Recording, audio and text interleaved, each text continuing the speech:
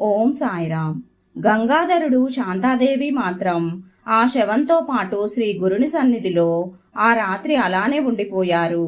పిల్లవాడు చనిపోకముందు 3 రోజులు, తర్వాత 2 రోజులుగా నిద్రాహారాలు లేకుండా ఏడ్చి ఏడ్చి సోలిపోయిన ఆమెకు నాటి తెల్లవారుజామున కునుకు పట్టింది. అప్పుడు ఆమెకు స్వప్నంలో శ్రీ గురుడు దర్శనమిచ్చారు. ఆయన జడలు, విభూది, పులితోలు, రుద్రాక్షమాలలు ధరించి ఉన్నారు. ఒక చేతిలో దండము, మరో చేతిలో త్రిశూలము ధరించి ఉన్నారు. జై గురుదత్త, శ్రీ గురుదత్త. ఓం సాయిరాం. గంగాధరుడు శాంతాదేవి మాత్రం ఆ శవంతో పాటు శ్రీ గురుని సన్నిధిలో ఆ రాత్రి అలానే ఉండిపోయారు.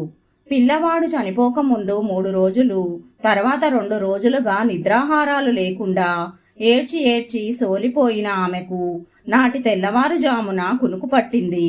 అప్పుడు ఆమెకు స్వప్నంలో శ్రీ గురుడు దర్శనమిచ్చారు. ఆయన జడలు, విభూది, పులితోలు, రుద్రాక్షమాలలు ధరించి ఉన్నారు. ఒక చేతిలో దండము, మరో చేతిలో త్రిశూలము ధరించి ఉన్నారు. జై గురుదత్త, శ్రీ గురుదత్త.